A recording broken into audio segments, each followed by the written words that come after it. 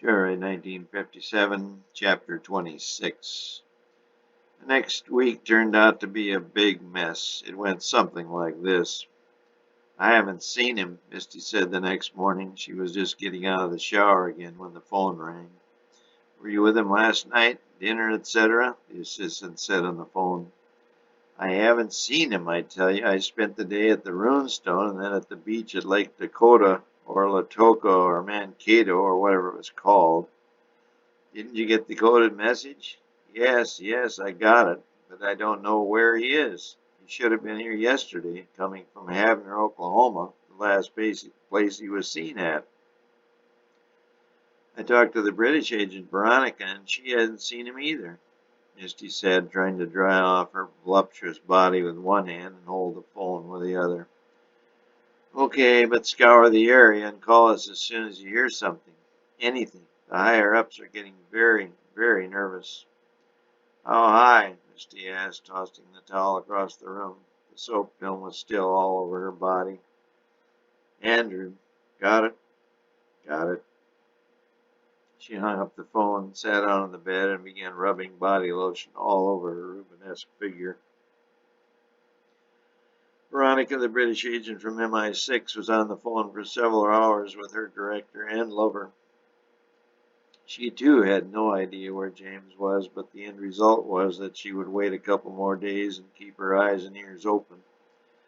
The concern was that one of James' now numerous followers may have ferreted him away, or worse. The tall man in the black suit who insisted on driving a Hemi talked to Kiev again and was told to be just patient. The KGB bureau was sure James would turn up. He was to call the KGB in Kiev in a few days. Ross, the man from Texarkana, Texas, whose black Cadillac Coupe de Ville James had been driving, kept trying to reach Jeff, his assistant, who was driving the yellow and white Mercury Montclair Sun Valley, but after several days finally gave up. Instead of sending someone else up to Alexandria, Minnesota, he hired another agent and sent him to San Diego, California. East Berlin made every effort to reach or locate their agent driving the 1957 silver Mercedes-Benz 300 SL, but after a few days of being unsuccessful, they decided to wait things out, if and until their agent, or James, turned up.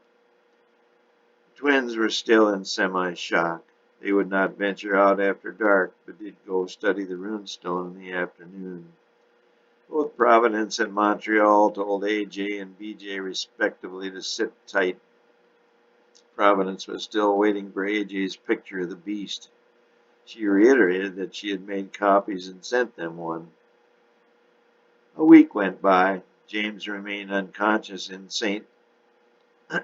Francis Hospital in Topeka, Kansas, but the followers stayed put in Alexandria, Minnesota, and were ordered to continue their vigil.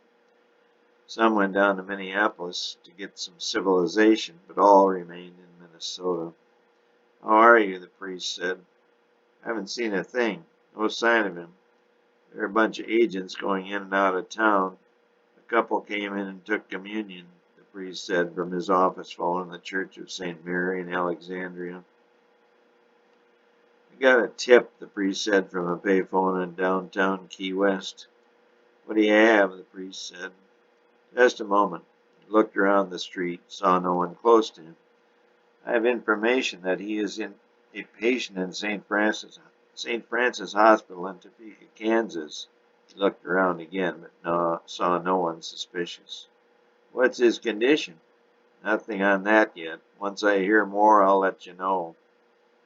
"If okay with your superiors, I will keep the information to myself and wait to hear from you," the priest said.